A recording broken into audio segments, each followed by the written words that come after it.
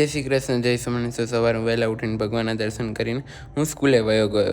પછી મેં સ્કૂલેથી આવીને હું ફ્રેશ ને બધું થઈને પછી મારા રૂટીન મુજબ મેં મારા ઘરે આરતી કરીને પછી મેં કૃષ્ણ ભગવાનને ઠંડી ના લાગે એના માટે મેં પાછા ગરમ વાઘા પહેરાવી દીધા. કૃષ્ણ ભગવાનને ઠંડી ના લાગે એના માટે.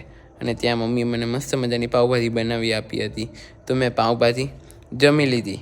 અને પછી મેં મારું થોડુંક રીડિંગ અને થોડુંક હોમવર્ક હતું એ હોમવર્ક થોડુંક પૂરું કરી અને લર્નને બધું પૂરું કર્યું. ત્યાં હું સાયકલિંગ કરવા વયો ગયો. સાયકલ ચલાવતો ત્યારે થોડોક સ્ક્રૂ ઢીલો પડી ગયો, તો હેન્ડલ આમ હલતું હતું અને સાયકલ સીધી ચાલતી જ નહોતી. તો મારા રૂટીન મુજબ સાયકલિંગ કરું જ છું. પછી મેં મારું સાયકલિંગને બધું પૂરું કર્યું અને પછી હું ત્યાં ઘરે આવ્યો.